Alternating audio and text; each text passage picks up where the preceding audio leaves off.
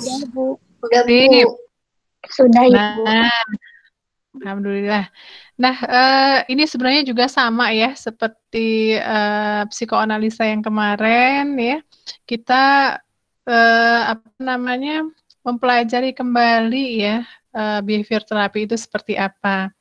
Namun tentunya kita tidak akan membahas dari awal lagi karena waktunya tidak akan cukup ya. Kalian tentu sudah membaca Pavlov ya, kemudian Skinner ya, kemudian Watson dan sebagainya ya. Jadi kita sekarang berusaha untuk memahami terapinya seperti apa sih gitu ya.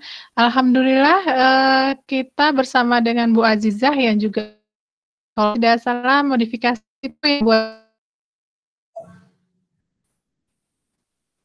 Iya, betul, Bu. Kita bisa share-share ya, bagaimana sih caranya untuk modifikasi perilaku supaya dari sesuatu yang mungkin, kalau di sini bilangnya maladaptif ya, menjadi lebih adaptif. Nah, ini kita membahas waktu di awal pertemuan.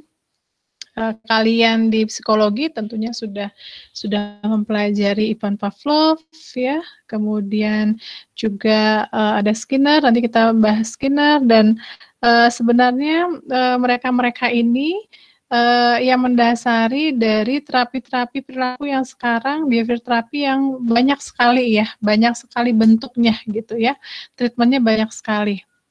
Nah, jadi kalau misalnya kita lihat, saya singgung sedikit ini tentang Watson, udah lama sekali ya.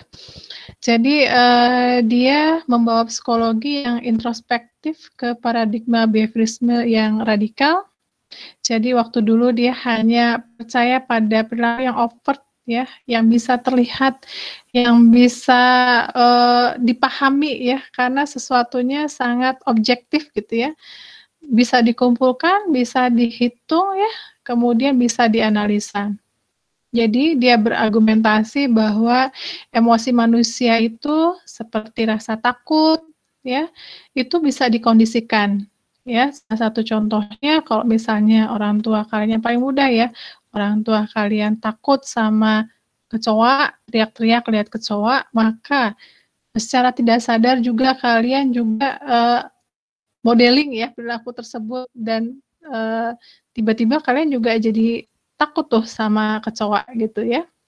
Kemudian fobia itu dan kondisi psikopatologi yang lainnya itu disebabkan oleh reaksi emosi yang dikondisikan. Jadi bukan merupakan dari konflik ketidaksadaran. Jadi dia berusaha untuk menepis ya, menepis bahwa konflik-konflik yang ada di kita itu berasal dari hal-hal yang tidak kita sadari.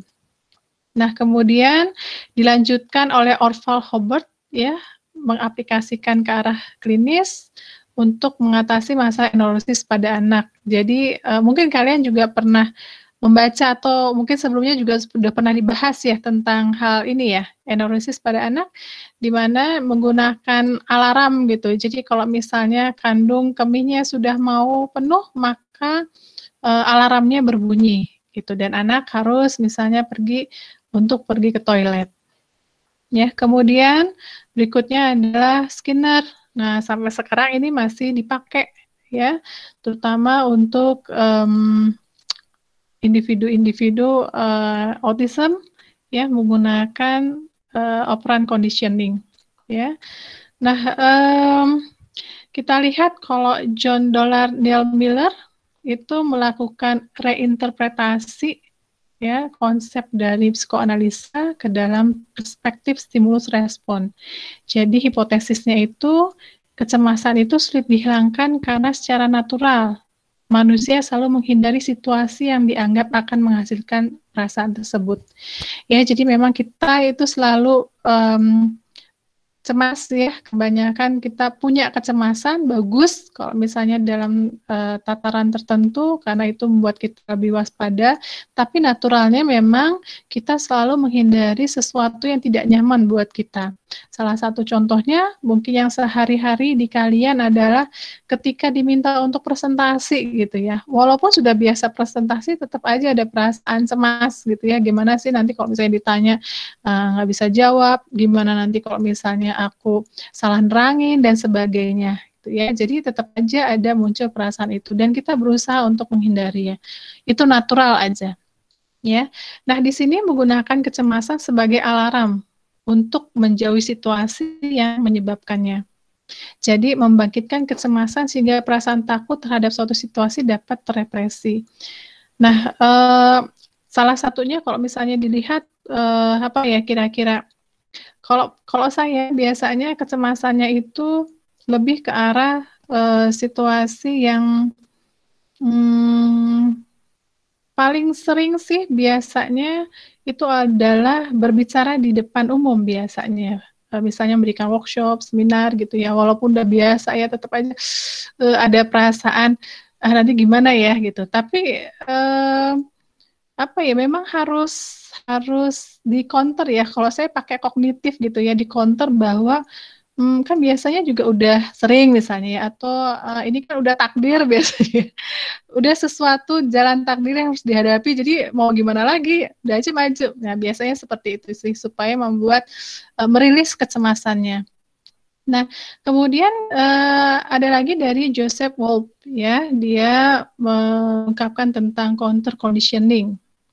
Ya, yang pertama, mendorong respon yang menyenangkan atas stimulus yang dianggap mengganggu. Jadi dia punya percobaan ya pada kucing. Jadi ketika kucing sedang makan, ya kemudian dibunyikan bel. Nah, kucingnya kaget, kemudian berhenti makan. Nah, kemudian dia bikinlah counter. Dia kasih kucing itu ke kandang yang lain, ya.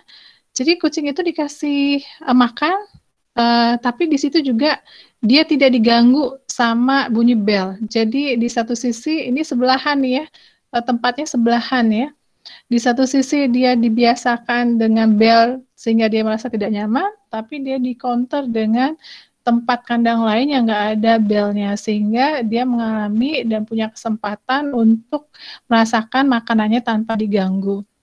Nah, dia juga ini yang memperkenalkan model dari sistematik desensitisasi. Jadi biasanya sih kalau saya menyebutkannya dengan SD gitu ya, kata singkatnya. Nah, ternyata SD ini terbilang sukses dan sekarang itu justru memang banyak sekali digunakan treatment-treatmentnya oleh terapi-terapi yang dilakukan pada saat ini ya. Nah, jadi kalau misalnya kita lihat terapi perilaku itu bukan suatu bentuk terapi, namun terdiri dari beragam intervensi dan strategi yang membawa perubahan perilaku.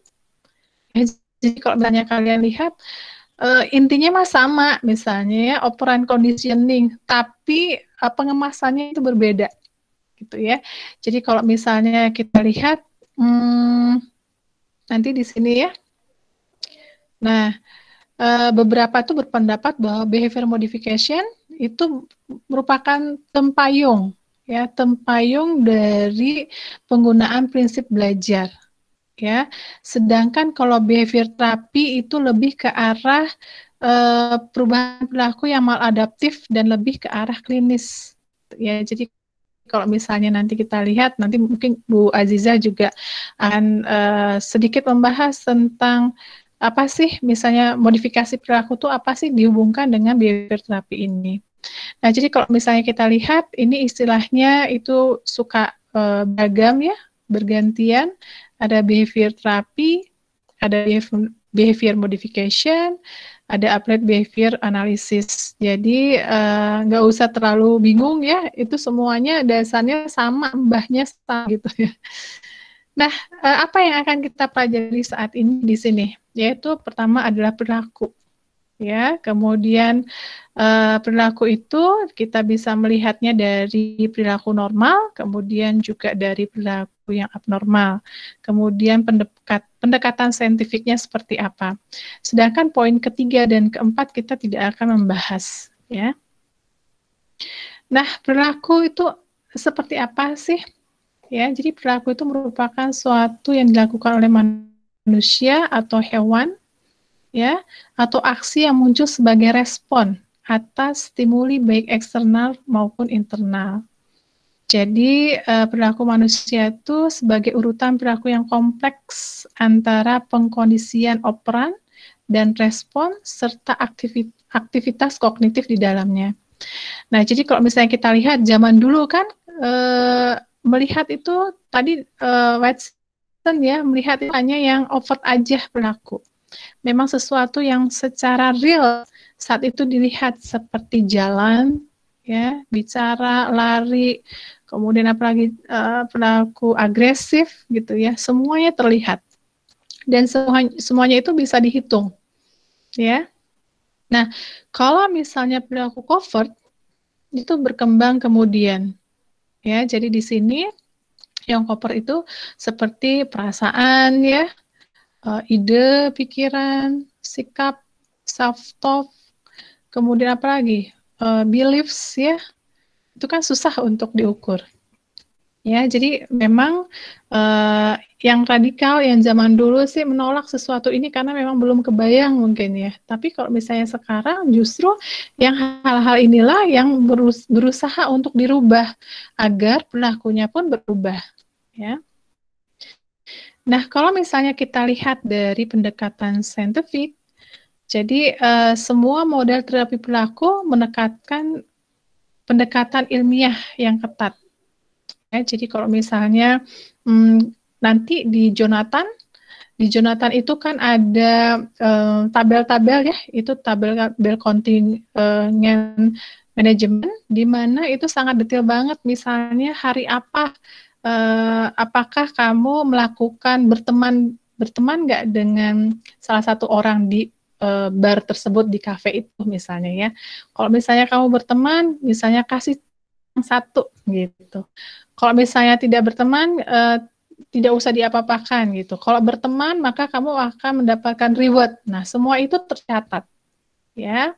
Karena dari situlah nanti bisa ada evaluasinya. Ya. Jadi di sini pendekatannya ilmiah yang ketat, ada penilaiannya, metode yang digunakan itu berdasarkan ilmu pengetahuan, ada evaluasinya, kemudian ada generalisasi, ya, belajar di kehidupan kesehariannya. Nah, ini yang paling sering ditekankan itu juga adalah generalisasi. Kalau misalnya kita mempelajari tadi, misalnya ada yang ikut kelas saya pedologi, saya juga menceritakan tentang generalisasi, bahwa misalnya ketika individu diajarkan warna ya, warna merah, warna primer, merah, hijau, kuning gitu ya, biru misalnya ya, kemudian ketika dia sudah menguasainya, dia mungkin tidak akan ditanyakan lagi tentang warna, tetapi sudah masuk ke bentuk benda, misalnya ambil topi merah gitu ya, ambil pensil merah, jadi sudah lebih umum lagi, lebih luas gitu ya.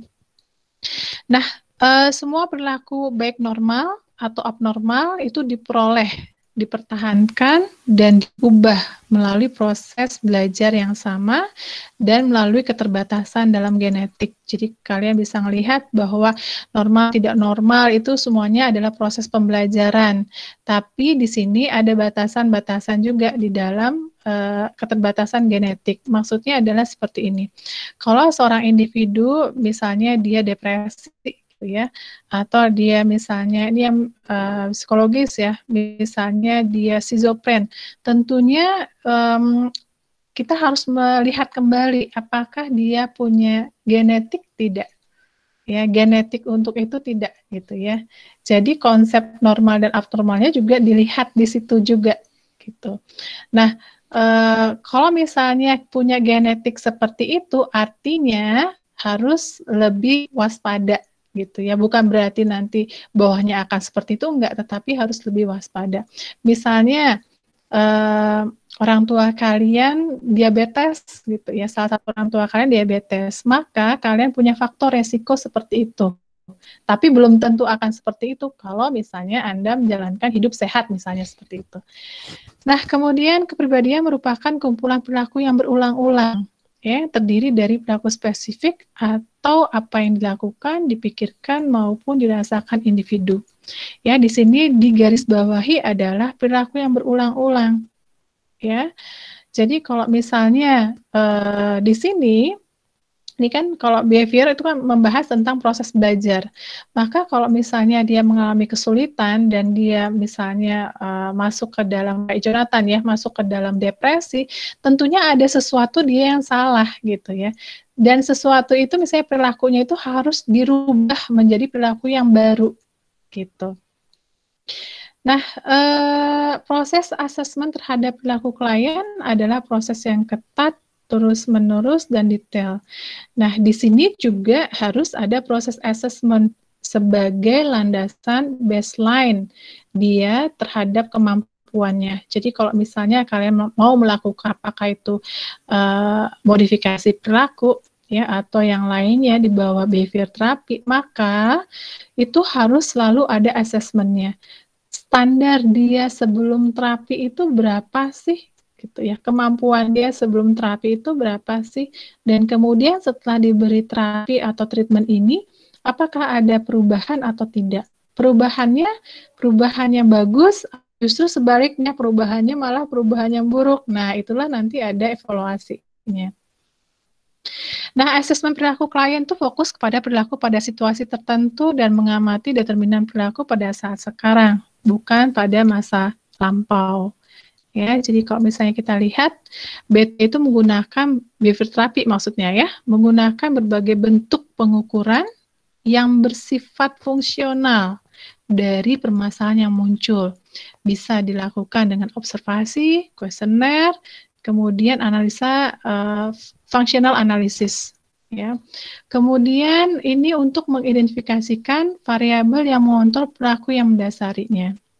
Nah, jadi kalau misalnya kita lihat benar-benar memang evidence based kalau BT itu.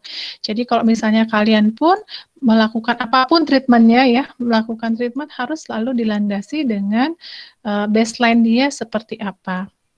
Nah, jadi kalau misalnya zaman dulu sih, para behavioris itu dia nggak suka dengan adanya diagnosis ya, karena kalau misalnya ada diagnosis artinya suatu gangguan itu seperti penyakit gitu ya. Jadi mereka tidak nggak mungkin nggak klik gitu ya dengan kata-kata diagnosis. Tapi setelah itu mereka berubah karena ternyata gitu ya, kalau misalnya tidak ada diagnosis berarti nanti nggak bakal dibayar sama asuransi gitu ya. Jadi kalau misalnya pihak asuransi itu baru mau membiayai treatment individu kalau misalnya ditegakkan diagnosis. Nah, sehingga di DSM-4 itu sudah mulai mereka sudah mulai menggunakan dan lebih dekat juga dengan BT ya, karena diagnosisnya itu didasarkan pada simptom-simptom tertentu. Nah, sekarang ini juga waktu itu kalau nggak salah Bu Azizah ini kalau nggak salah bukan disertasi, apa sih Mbak Azizah, kalau S2 itu apa? Kalau nggak salah tentang ini ya, tentang modeling juga ya? Iya Bu, tesis Bu tentang video self modeling. Video self modeling. Mungkin bisa sedikit cerita dan dihubungkan dengan yang ini, observational learning model. Oh iya, ya jadi memang kalau yang video self modeling yang Ajijah pakai itu kan sama ya, basicnya dari observational learning model, dari teorinya Bandura juga tentang modeling, bahwa kalau kita melihat model tertentu maka kita akan meniru atau melakukan hal yang dilakukan oleh model tersebut. Kemudian kalau yang video self modeling basis teorinya adalah semakin mirip model itu sama klien akan semakin mudah untuk meniru yang dilakukan oleh model itu. Nah, siapa lagi yang paling mirip dengan diri selain dirinya sendiri gitu. Jadinya fokusnya ke self modeling. Terus caranya gimana biar bisa nge-model diri? Oh, pakai video. Ya udah, jadinya pakai video self modeling. Jadi modelnya itu diri sendiri dengan melihat rekaman videonya gitu. Oke, jadi mungkin lebih ke arah objek seperti ini Bu Aziza. Kan kalau modeling itu dia belajar sesuatu yang belum dia mampu gitu ya. Padahal yang direkam kan adalah diri dia yang mampu. Itu seperti apa ceritanya? Iya, ya memang membutuhkan manipulasi sedikit Bu. Misalkan contohnya target seseorang tuh pengen exercise, pengen rajin sit up gitu. Asalnya dia belum olahraga, terus targetnya dia pengen olahraga rutin sit up 10 kali sehari misalkan. Nah, jadi seolah-olah dia tuh sit up, tapi sit upnya tuh jadi belajar yang bener dulu, diajarin tekniknya, tapi nggak mesti 10. Jadi pura-puranya misalkan sekali satu gitu. Terus tiba-tiba 10. Jadi seolah-olah dia tuh udah melakukan sit up 10 kali gitu. Terus nanti sambil dikasih background musik-musik yang bisa nyemangatin dia. Nah, nanti dalam waktu seminggu tiap hari dia diminta nonton video itu, durasinya nggak lebih dari 3 menitan lah Bu. Gitu. Jadi di video itu seolah-olah dia udah mahir melakukan sit up dan rutin 10 kali sehari kayak gitu. Jadi ada beberapa manipulasi ya. Cuma bisa sekali yang benar gitu, terus diulang. Iya, atau iya. Betul-betul, atau contoh aja misalkan naliin sepatu kan Bu, misalkan naliin sepatu kalau yang buat anak ABK misalkan, nah naliin sepatu kan bisa tuh sebenarnya diajarin step by step, misalkan ada 10 langkah. Kalau anak ABK misalkan bertahap nih 10 langkahnya tuh butuh waktu sejam misalkan, nah tapi kan diedit jadi dicepetin seolah-olah lancar gitu. Ya, kalau misalnya mungkin kita ya sebagai orang yang sudah, maksudnya yang sudah sangat berusaha untuk penghindaran ya, cerdas untuk menghindar, tentunya kita akan dalam diri kita mikir itu bohongan banget deh, itu bukan gue banget. Nah itu berarti nggak berhasil. Oke, jadi iya. Belum banyaknya ABK sih Bu. Iya. Jadi mereka nggak sampai sana mikirnya ya. Iya. Ya, jadi seperti ini ya. Saudara-saudara, jadi itu salah satu contoh yang tadi dibahas oleh Ibu Aziza. Kebetulan beliau tesisnya tentang hal ini ya, jadi beliau sangat expert, jadi nanti kita bisa tanyakan lebih lanjut. Nah, kita masuk ke dalam perilaku normal dan abnormal. Jadi kalau misalnya di sini terapis perilaku itu menyebutkan gangguan mental, psikopatologi, gangguan emosional atau gangguan psikologis itu dengan maladaptif atau proses pembelajaran yang salah. Ya, kalau misalnya orang yang normal itu adalah orang yang bisa adaptif, sedangkan orang yang tidak normal atau abnormal itu sifatnya adalah maladaptif. Gimana sih bisa tahu adaptif dan tidak adaptif? Ya tentunya itu juga dilihat dari setting sosial gitu ya. Makanya kalau misalnya kita lihat tentang gangguan-gangguan ya, dimana kalau misalnya gangguan tersebut ternyata tidak mengganggu setting sosial gitu ya, tentunya dia masih dalam kategori adaptif ya. Tapi sih sebenarnya kalau misalnya mau pakai term ini sih ya mungkin yang dilihat hanyalah sisi dari sosial ya, bukan dari sisi spiritual gitu ya. Jadi mungkin memang ini berbeda ya. Nah, kita lihat kalau misalnya ada 3 kategori dari perilaku maladaptif ya. Yang pertama adalah behavioral excess. Ya, di sini adalah perilaku spesifik muncul terlalu sering. Ya, justru kok di sini ekses itu terlalu sering, sedangkan kebalikannya nanti defisit itu terlalu minim. Ya, kalau ekses terlalu sering, intens ya, kemudian lama ya, seperti misalnya ngobrol terus ya sampai ngobrolnya nggak bisa dihentikan gitu ya. Jadi kita kalau misalnya kita udah punya pengalaman nih kalau ngomong sama orang ini, dia menguasai obrolan dan bisa berjam-jam ngobrolnya, dia nggak mau kalah gitu ya, kita nggak bisa nyela gitu. Nah ini salah satunya nih, banyak bicara ya, kemudian boros nih kayaknya kalau boros nih hampir rata-rata kita boros ya, hampir rata-rata gitu. Nah kemudian nyetir gitu ya, nyetir ugal-ugalan, nyetir yang nggak benar gitu ya. Nah sedangkan kalau defisit itu perilaku spesifik yang sedikit, minim, ya jarang, intensitasnya kurang, cuma sebentar, misalnya nggak melakukan kontak dengan orang lain, tidurnya nggak teratur gitu ya, tidurnya sih sehari misalnya kayak Habibie tuh, tidurnya sehari cuma 3 jam, selebihnya dia berkarya dan beribadah luar biasa banget ya. Kemudian lesu, nggak nafsu makan, nangis gitu ya, males-malesan ya. Apalagi sekarang sangat mendukung ketika kita work from home gitu ya, kalian juga sekolah dari rumah gitu ya. Mungkin kalian sekarang mendengarkan perkuliahan ini dengan tidur-tiduran, bisa jadi seperti itu ya.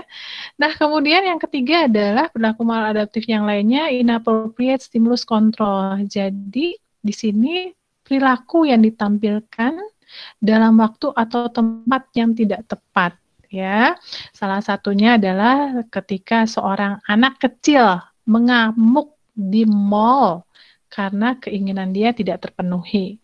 Ya, itu kan nggak pas banget ya. Kalau misalnya kita lihat, usianya masih 2 tahun, emang nggak pas sih, gitu ya. Tempatnya di mall dia kejer-kejer gitu, nggak pas. Tapi kalau misalnya kita lihat usianya, emang usia perkembangan itu seperti itu, gitu ya. Jadi wajar aja.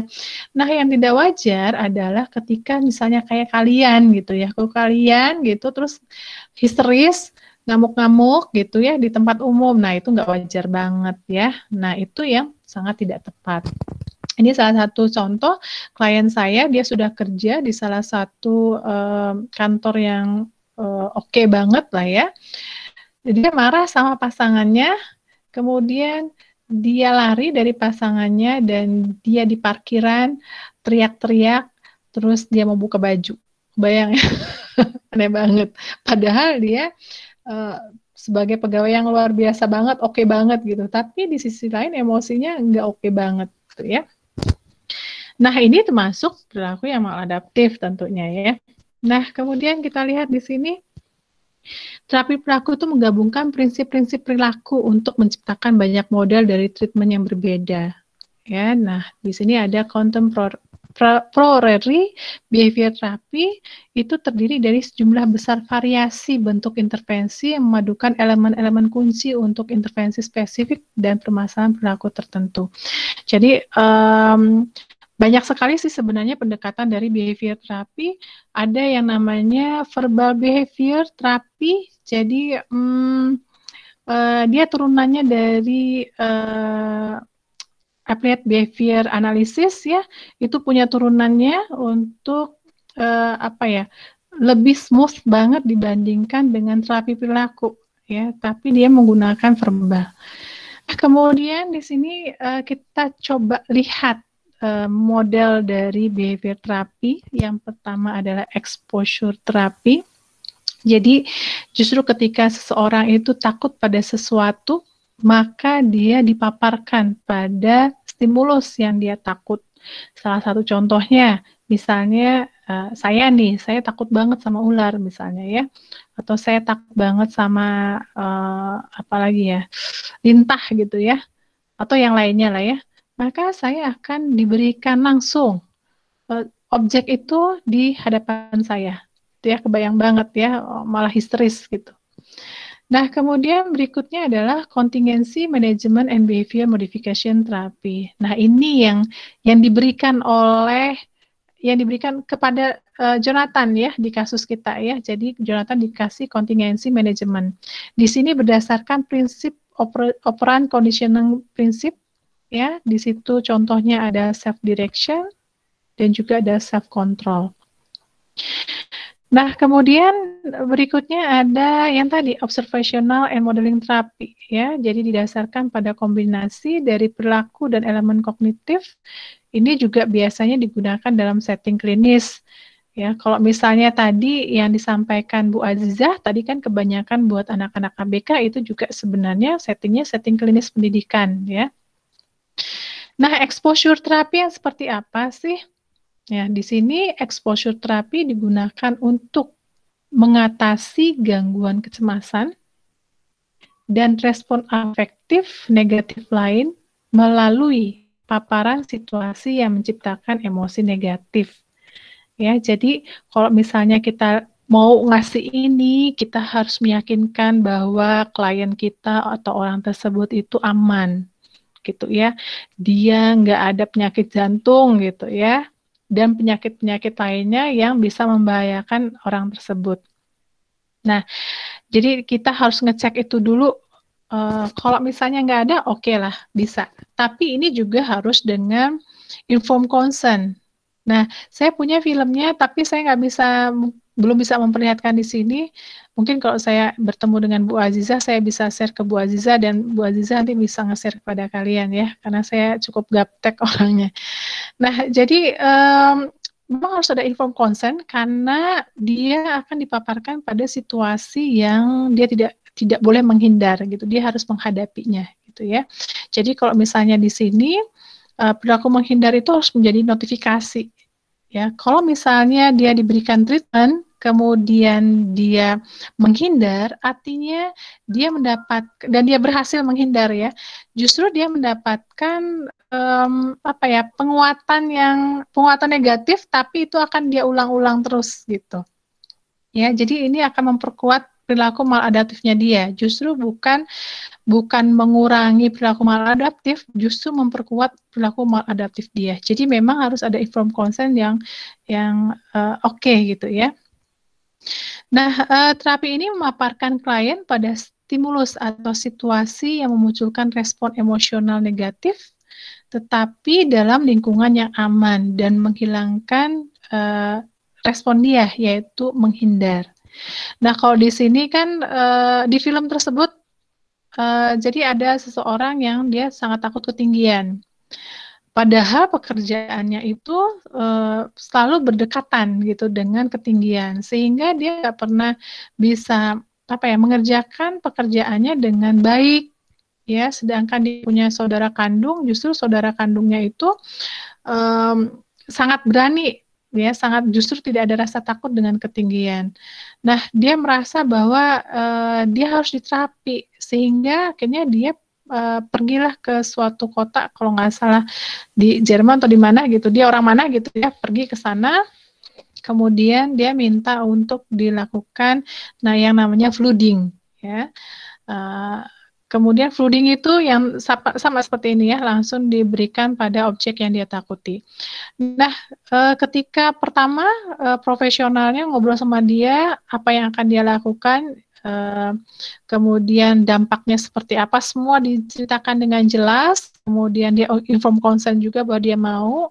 Nah, setelah dia mau, tanda tangan, kemudian dia dibawalah ke suatu tempat gedung yang sangat tinggi, kayak menara gitu, sangat tinggi, dan dia harus jalan dengan menggunakan tangga ya di menara tersebut. Jadi kayak misalnya kayak menara Eiffel gitu ya, tapi bukan sih, tapi kayak menara Eiffel, dia harus jalan dari bawah naik tangga sampai ujung menara Eiffel gitu ya. Kebayang luar biasa banget.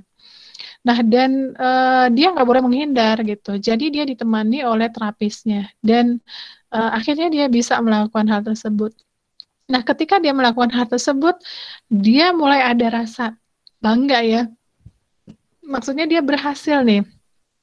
Sesuatu yang tinggi saja berhasil, berarti yang kurang tinggi dari menara itu dia pun mampu gitu. Jadi di sini dia mendapatkan penguatan yang positif. Nah, di sini exposure dapat terjadi dalam dua bentuk. Yang pertama diberikan secara bertahap, ya, paparan terhadap situasi yang menimbulkan kecemasan. Ini yang tadi saya sampaikan, sistematik desensitisasi atau SD ya, dan info-info exposure. Jadi di sini memang klien itu tidak seperti yang tadi tuh, yang flooding. Ya, flooding itu langsung takut ular, langsung dikasih ular gitu ya. Kalau ini secara bertahap SD itu. Jadi ketika dia takut ular, maka dia diminta untuk membayangkan ular dulu gitu ya. Membayangkan ular itu seperti apa sih bentuknya. Kemudian setelah dia berani membayangkan ular, mungkin dia akan diperlihatkan ular dari jarak 200 meter misalnya ya. Kalau misalnya dia 200 meter ternyata nggak apa-apa gitu ya. Kemudian didekatkan lagi, misalnya menjadi 150, kemudian jadi 100, kemudian jadi 50, dan misalnya akhirnya sampai dia bisa memegang ular tersebut. Jadi diberikan secara bertahap sesuai dengan kondisi dari klien tersebut. Nah, kemudian berikutnya diberikan secara langsung ya terhadap situasi yang menimbulkan kecemasan tinggi. Ini yang tadi saya sampaikan. Nah, exposure terapis juga dapat muncul dalam 4 format yang berbeda. Yang pertama tadi info exposure, klien tuh dihadapi, pada intinya akan dihadapi pada situasi yang ditakuti di dunia nyata yang real. Dia akan melihat gitu sesuatu yang dia takuti. Kemudian berikutnya adalah inimaginable exposure. Jadi sebuah imagery based teknik, ya, klien membayangkan berada di hadapan rangsangan yang menakutkan. Yang tadi ya, ini baru dalam konteks pikiran, ya. Kemudian interception exposure, klien dihadapkan pada sensasi, ya, ada sensasi yang ditakuti seperti sensasi fisik dari serangan panik, ya, seperti jantung berdebar, ya, pusing dan sebagainya. Kemudian berikutnya adalah in virtual reality exposure. Jadi di sini klien menghadapi stimulus yang ditakuti dalam bentuk gambar yang diberikan dari komputer, ya. Seperti dari exposure in vivo. Oh iya, kalau misalnya SD tadi diberikan di dalam lab misalnya, ya, bukan di lingkungan luar misalnya, ya, itu biasanya dia akan diberikan alat juga jantungnya. Jadi ketika misalnya dia takut anjing gitu, ya, anjing itu kan diberikan bertahap lewat gambar bagaimana denyut jantungnya, apakah masih normal, ya, ataupun tidak gitu. Nah, nanti secara perlahan maka anjing itu akan dilihat objeknya.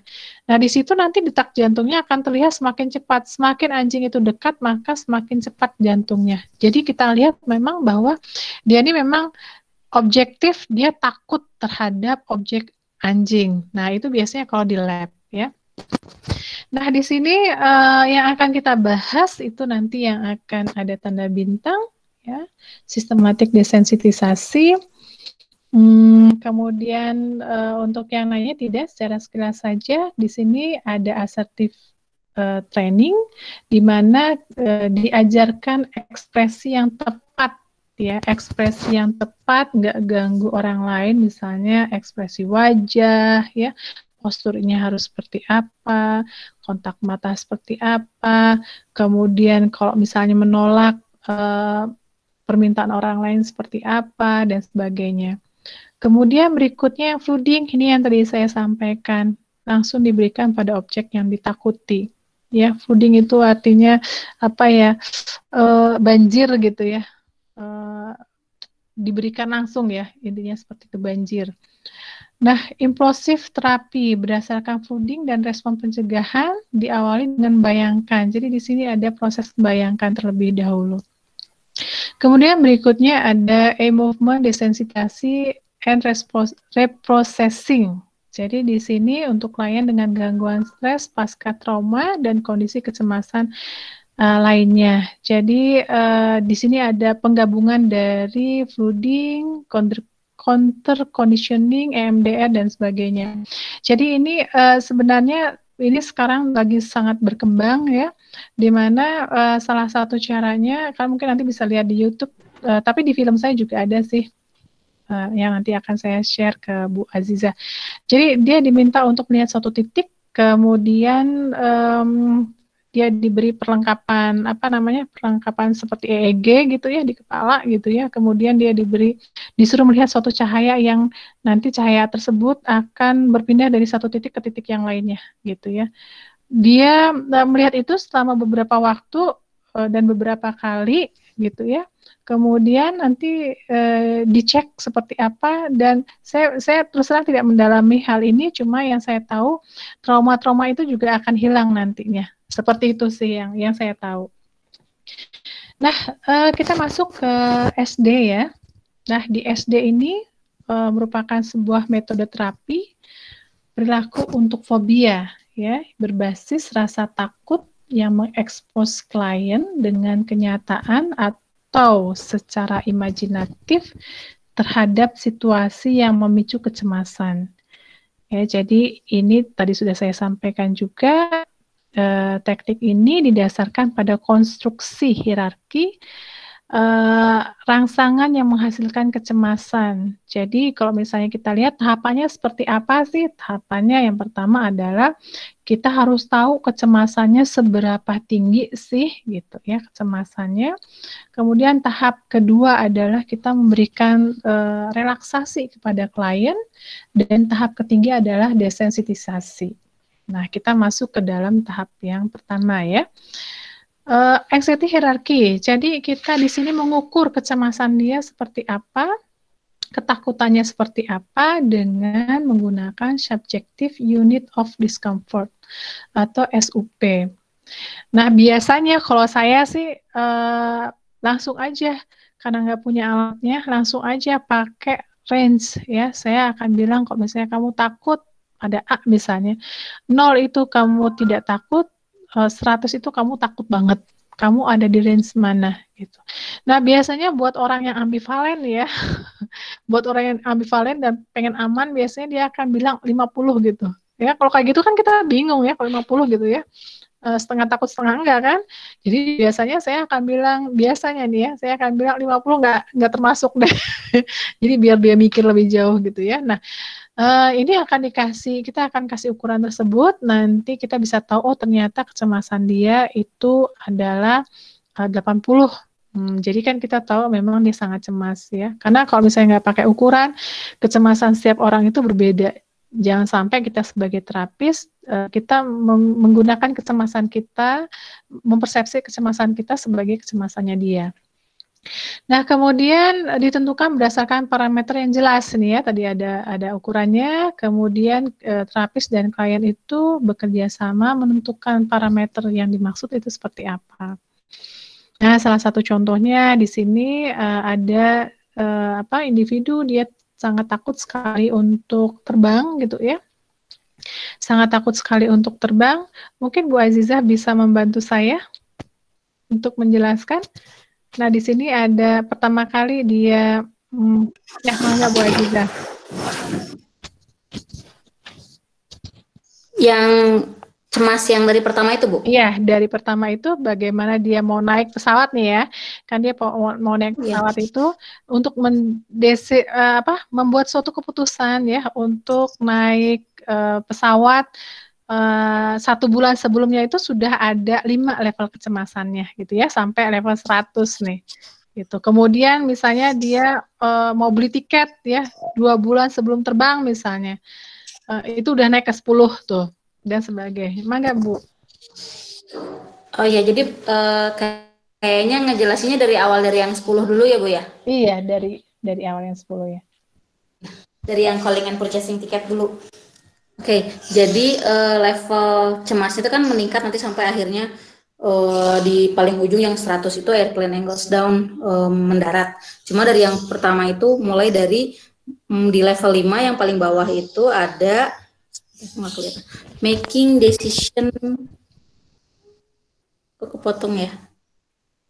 Kayaknya menentukan memutuskan mau naik pesawat gitu, mau pergi naik pesawat di sebulan ke depan gitu. Nah, itu udah mulai kelihatan tuh udah cemas, tapi cemasnya masih sifatnya subtle, masih cuma deg gitu doang gitu kali ya di level 5. Kemudian akhirnya udah nentuin bahwa mau naik pesawat, terus di tahapan selanjutnya dia pesen tiketnya, dan itu pas pesen tiket pun jadi malah jadi makin meningkat lagi tuh cemasnya, nambah lagi 5 unit gitu kan.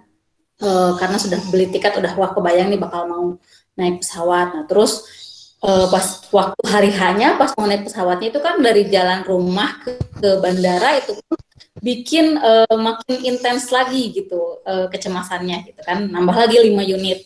Kemudian abis di jalan terus sampai di airport, pas ngelihat bandara juga kan udah kedengeran tuh suara pesawat yang gitu mendarat, terus terbang gitu kan, jadinya udah kedengaran, jadi meningkat lagi, nambah lagi 5 poin. Terus pas udah mau masuk, sebelum masuk ke luggage itu kan kita pamitan dulu sama yang nganter. Kalau misalkan diantar, ini contohnya di sini berarti diantar sama keluarga atau orang terdekat ya gitu. Jadi dadah-dadah sama orang terdekat pun itu juga malah jadi nambah kecemasan juga gitu, karena udah mau menghadapi naik pesawat, terus berpisah juga sama yang nganterin gitu kan. Nah, terus abis dadah gitu kan meningkat lagi 5 unit lagi ke menuju ke counter mau check-in gitu kan, mau check-in bagasinya dan ngasih tiket gitu ke petugas gitu. Itu juga udah kelihatan tuh, udah lihat jadwal pesawatnya jam segini, terus ngelihat orang-orang pada ngantri, pada bawa baggage juga sama gitu kan, itu nambah lagi. Terus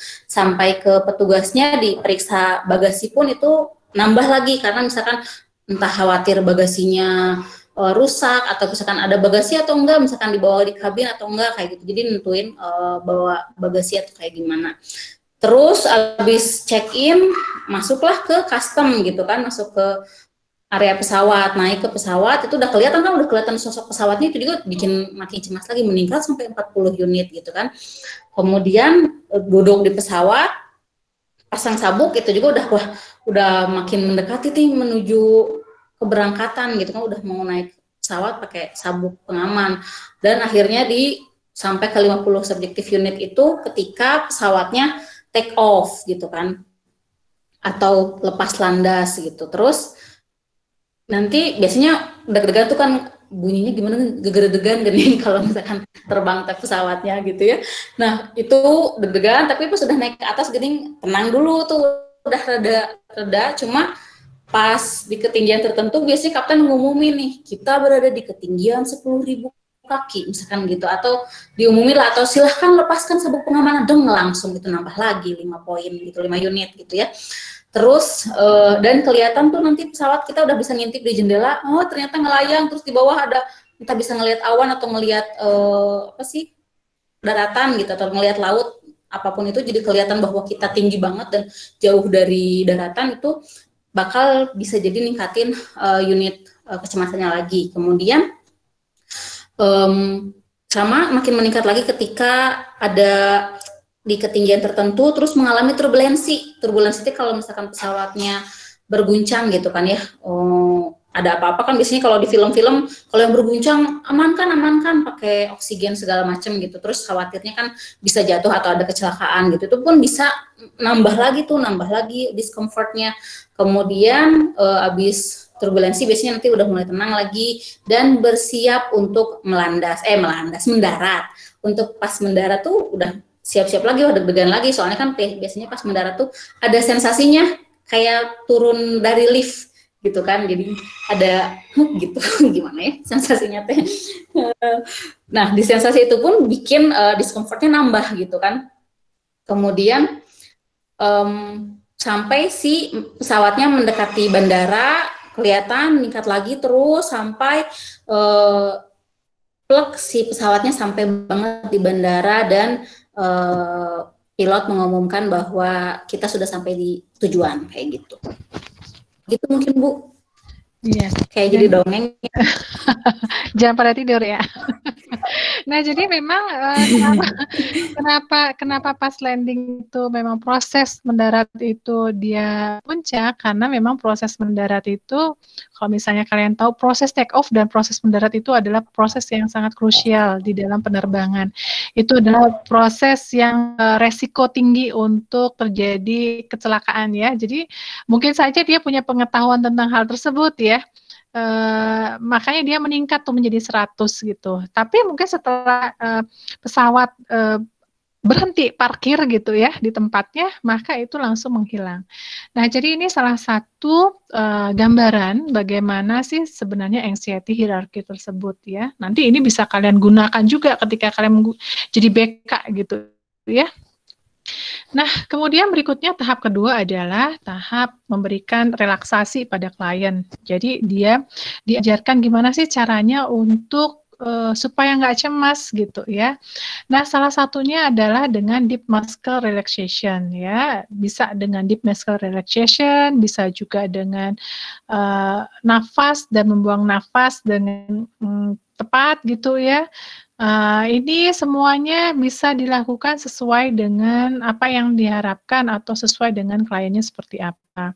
Nah, kalau ini yang diajarkan bagaimana dia melemaskan nih kumpulan otot. Jadi kalau misalnya orang cemas gitu ya, orang cemas itu tentunya akan berdampak juga pada otot-otot di tubuh gitu ya.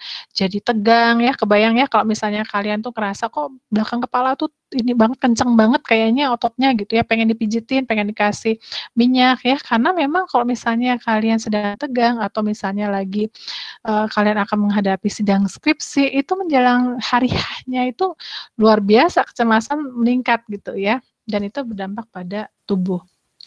Nah, sebenarnya bisa juga relaksasi training ini kita kalau orangnya memang cocok dengan musik, bisa dengan musik ya, bisa juga dengan olahraga ya, dengan yoga dan sebagainya. Ini hanya salah satu contoh saja. Nah, kemudian desensitisasi ya, ini adalah merupakan tahap ketiga. Jadi di sini teknik treatmentnya mengandung tahap-tahap untuk belajar. Ya, bagaimana seorang individu yang dihinggapi rasa takut terhadap sesuatu yang sebetulnya tidak perlu ditakutin untuk kembali berani menghadapi apa yang ditakutinya. Nah, kalau misalnya kita lihat yang tadi itu kan hierarki ya. Hierarki tadi itu merupakan dari SD. Tapi sebenarnya kalau misalnya kalian tidak menggunakan hierarki, langsung aja nih takut terbang, ya udah langsung kasih jembreng terbang gitu ya. Nah, itu namanya flooding gitu ya. Kalau yang ini kan enggak nih. Dari pertama kali dia pesen tiket itu diajarin membayangkan gitu ya, itu diajarin sampai benar-benar naik gitu ya. Nah, di sini terapis meminta klien bayangkan hal yang paling menakutkan secara bertahap, dari hal yang paling ringan hingga yang paling membuat dia takut. Setelah cukup berhasil, klien diminta untuk menghadapinya secara nyata. Ya, nah di sini cocok untuk gangguan, untuk manajemen angry gitu ya. Kemudian bisa juga insomnia, kemudian masalah seksual, pemalu, dan sebagainya. Nah, kemudian kita masuk ke kontingensi manajemen, ya. Kita masuk ke self direction. Saya nggak tahu kalau misalnya, apakah di modifikasi perilaku ada Bu Azizah ini self direction?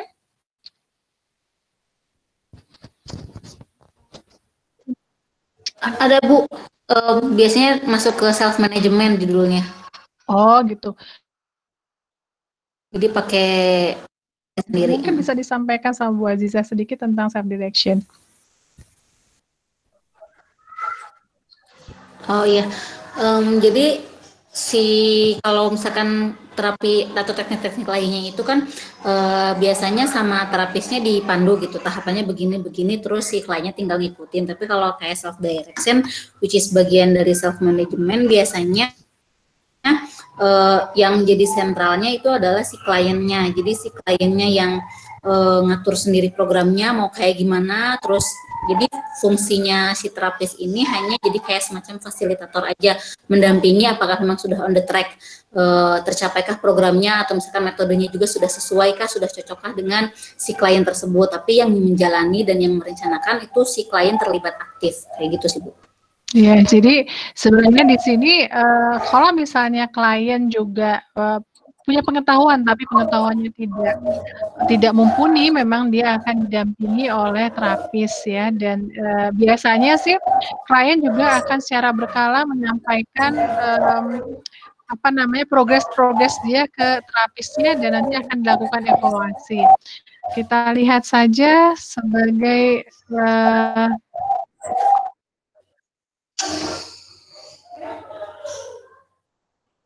Oke, kita lihat saja ini contohnya ya.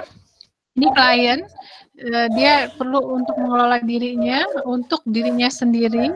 Jadi terapis itu hanya sebagai pendamping ya, sebagai coach ya. Kemudian langkah apa sih yang mereka lakukan? Yang pertama adalah memilih goal ya, tujuannya mau apa gitu ya. Kemudian diterjemahkan menjadi suatu perilaku. Kemudian ada target. Ya, jadi kalau misalnya di sini memang di behavior itu selalu ada target-targetnya apa sih? Karena kan mau merubah perilaku gitu ya. Nah, di sini perubahan perilaku yang spesifik, yang simple dan realistis. Nah, ini yang paling penting, realistis. Jadi kalau misalnya kita pengen diet gitu ya, diet saya pengen 1 bulan turun 10 kilo. Realistis nggak buat dia gitu ya? Kalau misalnya nggak realistis, nanti coach-nya atau terapisnya akan menyampaikan dampaknya. Kalau misalnya dalam 1 bulan terjadi penurunan secara drastis, dampaknya apa? Misalnya hormon kamu akan jadi kacau misalnya. Nah, ini nanti peran terapis ya itu sangat berperan. Nah, kemudian mengantisipasi nih hambatan apa sih yang mungkin muncul gitu ya. Kalau misalnya kamu melakukan diet, itu apa aja yang muncul? Misalnya pas kamu kuliah nanti teman kamu ngajak kamu makan-makan misalnya ya, atau misalnya kalau nanti ada orang yang ulang tahun, kamu harus seperti apa gitu ya, itu antisipasi ya. Nah, kemudian berikutnya adalah self monitoring terhadap apa yang sudah dilakukan, dan terakhir adalah evaluasi ya terhadap apa yang sudah dijalankan. Nah, jadi ini salah satu perencanaannya ya. Yang pertama itu adalah ini contohnya ada orang yang pengen diet nih. Ya, contohnya yang pertama adalah tujuannya apa sih? Itu ya tahap pertama. Kemudian tahap kedua misalnya identifikasi perilakunya. Dia mengkonsumsi 1.500 kalori setiap hari selama 1 minggu. Jadi di sini dia udah bilang nih, ngobrol sama terapisnya, oh kayaknya kamu cocoknya gini deh, sehari itu weekdays, Senin sampai Jumat, kamu makan 1.500 kalori. Nah, dia juga dikasih tahu 1.500 kalori itu apa aja sih, misalnya nasi berapa kepal, misalnya lauk pauk berapa kepal gitu misalnya ya. Kemudian, nah ini realistis menurut saya sih, kecuali ada hari Minggu misalnya ya. Kenapa hari Minggu pengecualian dia bisa makan lebih banyak? Ya, mungkin karena hari Minggu itu kamu nggak kerja. Nah, ketika nggak kerja, kamu di rumah, maka nggak ada kerjaan kan, jadi biasanya kalau orang nggak ada kerja kan, atau misalnya nggak ada kerjaan kan nonton terus ya, saya nonton mungkin sambil makan gitu ya, jadi ini cukup realistis dengan menambahkan kalorinya ya, dan di sini ditekankan bahwa dia harus mengkonsumsi makanan yang rendah lemak dan rendah karbohidrat. Nah, setelah itu ini identifikasi perilaku yang mau dilakukan ya, buatlah baseline ya, dibuat baseline-nya dia seperti apa. Oh, ternyata sehari-hari saya itu sebenarnya makannya itu enggak 1.500, saya itu sampai 5.000 kalori misalnya ya. Jadi kan ketahuan tuh ya sebelumnya berapa, nanti treatmentnya gimana gitu ya. Kemudian akses hasil baseline. Jadi mencatat kelebihan kalorinya. Oh, ternyata kelebihan kaloriku 3.500, pantesan aja aku banyak lipatan di badan gitu ya.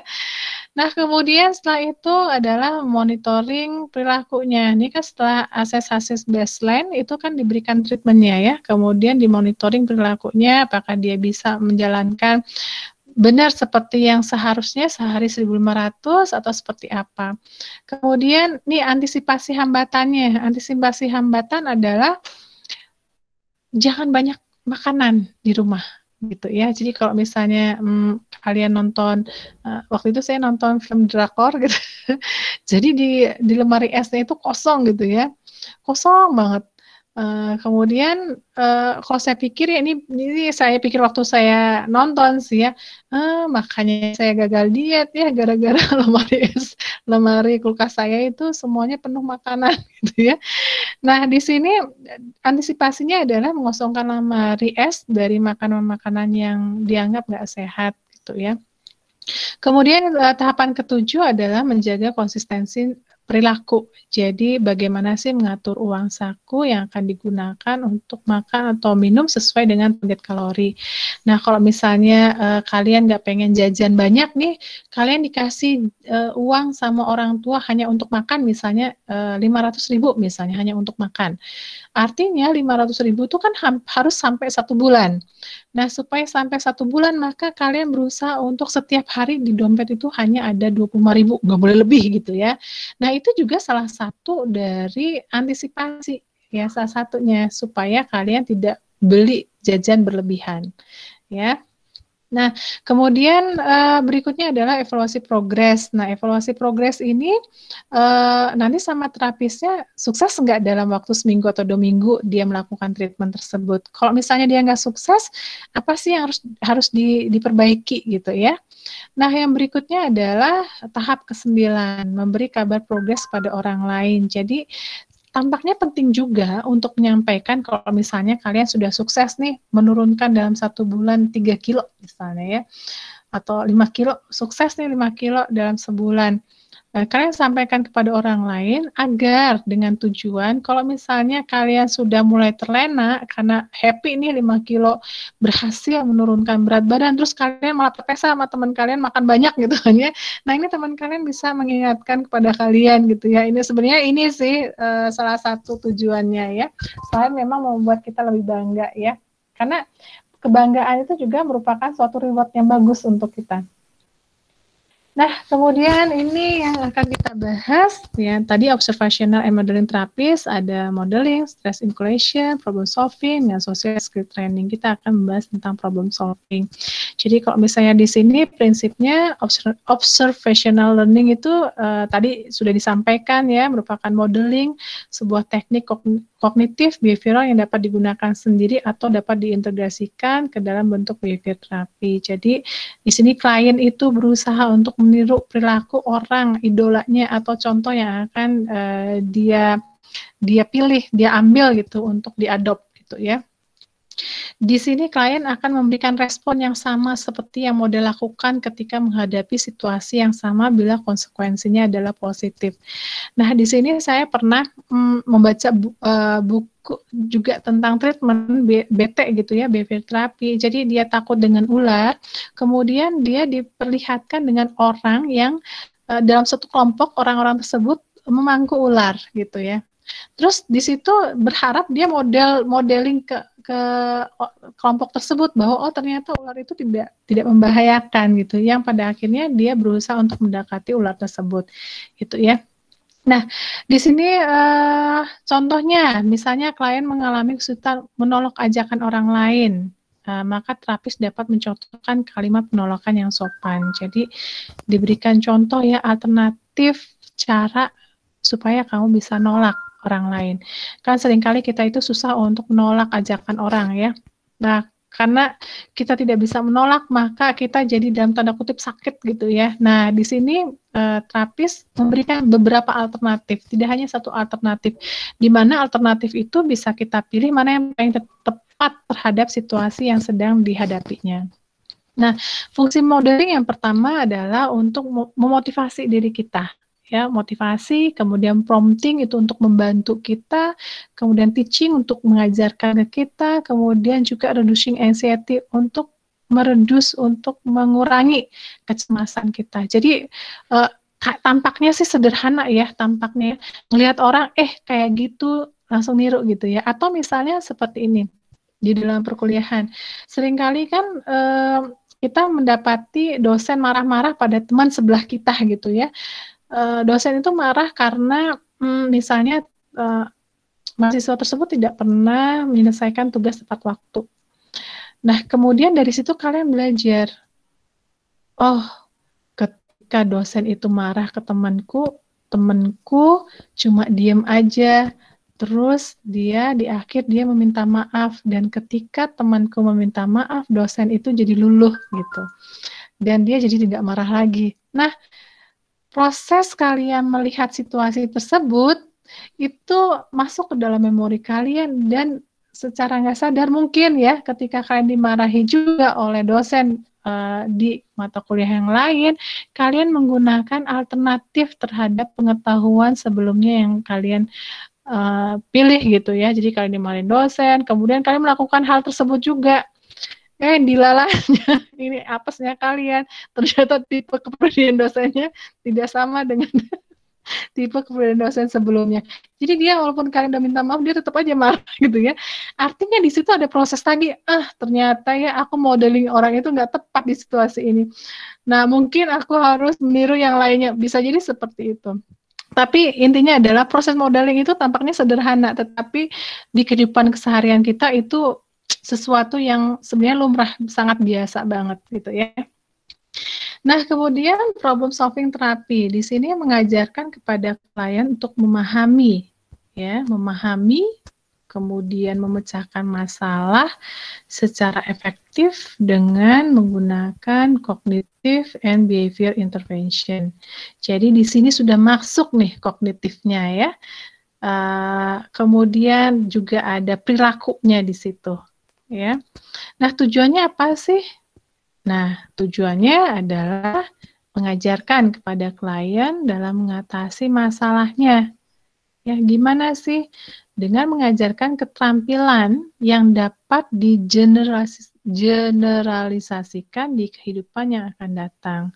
Jadi di sini terapis nih ngasih panduan kepada klien, dan berharap panduan tersebut bisa digunakan di kehidupan klien kalau misalnya tidak di dalam setting misalnya konseling gitu ya. Udah bukan di setting laboratorium, tapi di setting dia di kehidupan nyatanya gitu ya. Nah, seperti apa ini problem solving terapi? Nah, yang pertama, ini bukan suatu tahapan ya, tetapi ini yang dibicarakan ya, mengajarkan klien ya, cara pemecahan masalah yang efektif yang seperti apa, ya. Kemudian melibatkan peningkatan kapasitas kognisi klien, cara berpikirnya seperti apa. Jadi kalau misalnya, salah satu contohnya nih, klien itu seperti kacamata kuda nih orangnya, tipenya ya. Si A itu cuma melihat sesuatu itu hitam putih gitu ya. Nah, di sini terapis bisa memberi masukan dari perspektif yang lain sehingga klien itu punya insight. Iya ya, kalau misalnya ada situasi A, nggak bisa hanya dipikir pakai langkah A, bisa aja mungkin B, C, D, E. Nah, seperti itu. Jadi, kemampuan kognisinya problem solving melihat suatu permasalahan bisa lebih bervariasi. Kemudian di situ juga di sini akan membahas tentang bagaimana sih suatu permasalahan yang sangat kompleks itu bisa diubah menjadi beberapa komponen gitu ya. Salah satu contohnya yang kalian baca di kasus Jonathan. Jonathan itu kan dia depresi ya. Dia depresi, dia sudah tidak punya kebahagiaan, Support. iya, kemudian dia nggak punya support, kemudian dia suka nangis, cowok loh ya, nangis ya, artinya itu udah berat banget ya. Jadi benar-benar luar biasa, dan sehari itu dia 6 kali nangis, bayangin. Kita aja yang sebagai cewek mungkin nggak sebanyak itu ya, kecuali diputus cinta kali ya. Tapi Jonathan juga diputus support ya. Nah, kemudian di sini mengidentifikasikan selain itu memecah komponen juga mengidentifikasikan langkah-langkah yang mungkin ditempuh, ya. Oh ya, tadi saya belum selesai nih, biasa distraksi banget ya.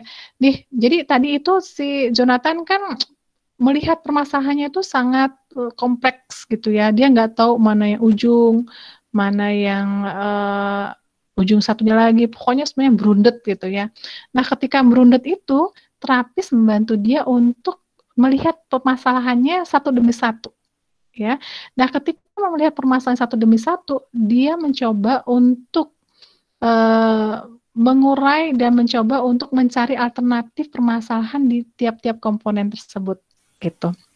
Ya, jadi kalau misalnya kalian baca itu kan nanti ada 2 komponen ya yang dipecah ya. Yang pertama adalah komponen dia untuk interaksi sosial, dan berikutnya adalah komponen dia untuk bisa tidur lelap sampai pagi hari gitu ya.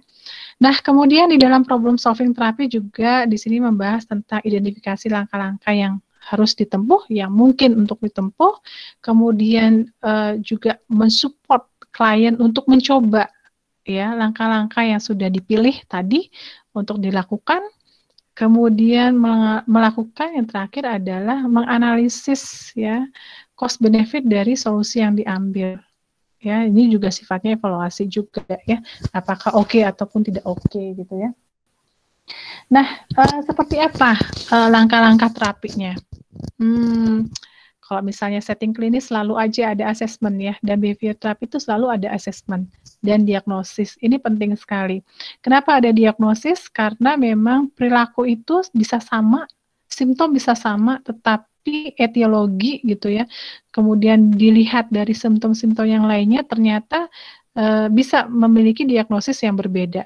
Ya, jadi yang pertama, yang dilakukan pertama kali adalah asesmen dan diagnosis. Nah, di sini kita lihat yang pertama adalah mengidentifikasikan dulu keluhan klien itu apa sih datang pertama gitu ya.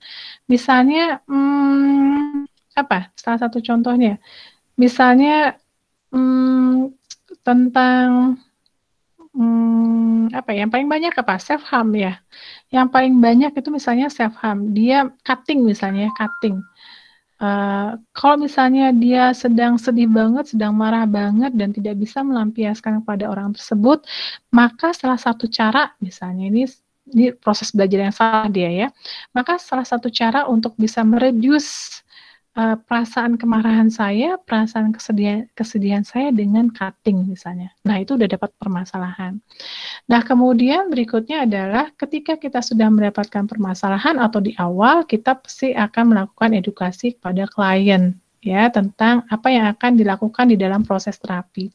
Berapa lama, seperti waktu yang awal ya di psikoanalisa ya, berapa lama durasinya, bayarnya berapa, kira-kira berapa kali pertemuan, di mana, jam berapa. Nah, ini diberitahukan, kemudian juga memberitahukan tentang dampak cutting ya, kenapa cutting terjadi, di situ juga bisa. Nah, kemudian menjaring data baseline-nya, kita menanyakan kepada klien, seberapa sering sih cutting-nya kamu gitu ya. Nah, kalau misalnya seperti ini kan klien itu kan bingung ya, seberapa sering ya sering. Cuma kan seringnya dia sama seringnya kita kan beda. Oleh karena itu kita misalnya bisa menyempitkan sering itu menjadi misalnya kalau seminggu ada berapa kali? Ada nggak dalam seminggu sekali? Ada sih Bu, gitu. Nah, tapi kan kayaknya dia ragu-ragu ya. Ada sih Bu. Nah, kita bisa membantu dia. Kapan kamu terakhir? Tanggal berapa? Atau hari apa? Misalnya hari Selasa. Tanggal segini. Oke, nomor 2 sebelum yang terakhir itu kapan? Nah, kita bisa melihat rentangnya kan ya. Oh, ternyata rentang yang terakhir itu 2 minggu yang lalu. Oh, rentang kedua sebelum terakhir itu ada sebulan yang lalu. Nah, artinya tidak seminggu sekali gitu ya. Itu bisa membantu. Nah, kemudian setelah itu, kita tahu baseline-nya, kemudian kita menyusun rencana ya. Menyusun desainnya, mau seperti apa sih langkah-langkahnya? Kalau misalnya dia mau cutting gitu ya, apa alternatif yang dilakukan selain cutting? Gitu ya. Apakah dia harus pergi keluar dari kamar karena kalau misalnya di luar maka banyak orang sehingga tidak mungkin cutting dilakukan gitu. Atau yang lainnya gitu ya. Nah, kemudian setelah menyusun maka kita meminta dia kan untuk melakukan di rumah misalnya 2 minggu lagi ketemu sama kita, kemudian kita evaluasi bagaimana perubahannya, apakah cutting masih muncul, peristiwa apa sih yang terjadi ketika cutting itu muncul. Jadi kita monitoring ya treatment yang kita lakukan dan perubahan-perubahan yang ada pada klien. Nah, kemudian berikutnya adalah negotiation, therapeutic relationship, and length of treatment. Nah, ini sebenarnya sudah sama juga sih masuk dalam situ, nanti ada menentukan jadwal dan sebagainya ya. Apakah dia cocok untuk BT ataupun tidak, apakah dia cocok flooding atau misalnya SD gitu ya, ini semua ada dalam tahapannya. Nah, kita masuk kepada Jonathan. Nah, sebelum masuk ke contoh ini mungkin gimana ya enaknya ya. Tadi ada yang belum paham tentang Jonathan. Apakah kita punya waktu berapa lama nih? 30-an menit. 30 menit ya. Jadi apakah mungkin Bu Azizah bisa mungkin membaca tentang Jonathan biar bayang? Iya. Ininya ya kasusnya aja ya biar singkat gitu Bu. Iya, kasusnya baru nanti kita masuk ke dalam yang ini ya. Proses assessment information apa gitu ya. Mungkin kasusnya dulu percakapannya. Iya. Enggak? Oke, boleh. Jadi kalau yang si Jonathan di behavior therapy treatment session ini intinya sih sebenarnya kayaknya dia kan mensimulasikan Tuti sama Darren yang putus. Jadi kayaknya justru si Jonathan-nya ini yang patah hati karena dia baru putus sama pasangannya gitu kan. Nah, gara-gara putus sama pasangannya, dia akhirnya mengalami gangguan masalah-masalah terkait aktivitasnya sehari-hari. Jadi aktivitas sehari-harinya itu terganggu. Dan kemudian mulai diidentifikasi bahwa ada beberapa nggak cuma satu macam ya, defisit, ekses, sama inappropriate stimulus control, tiga-tiganya ada di si Jonathan ini. Makanya pas di percakapannya itu di awal-awal si Jonathan dengan PD-nya mendiagnosa diri bahwa saya depresi katanya gitu kan. Tapi akhirnya di probing lagi sama si dokter W ini emang kayak gimana yang depresi itu, akhirnya dia mendeskripsikan masalah-masalah yang mengganggu aktivitasnya sehari-hari, kayak mulai dari nggak bisa tidur, terus jadi sering nangis, terus nangisnya di mana-mana gitu kan, tempat kerja pun jadi nangis gitu, terus interaksi sosialnya jadi terganggu gitu kan.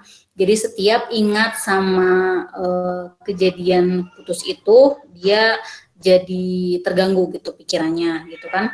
Terus akhirnya dielaborasi lagi terus sama dokter W sampai disebutkanlah semua masalah-masalah perilaku itu, dan yang mana yang paling mengganggu nanti disebutin sama si Jonathan-nya ini.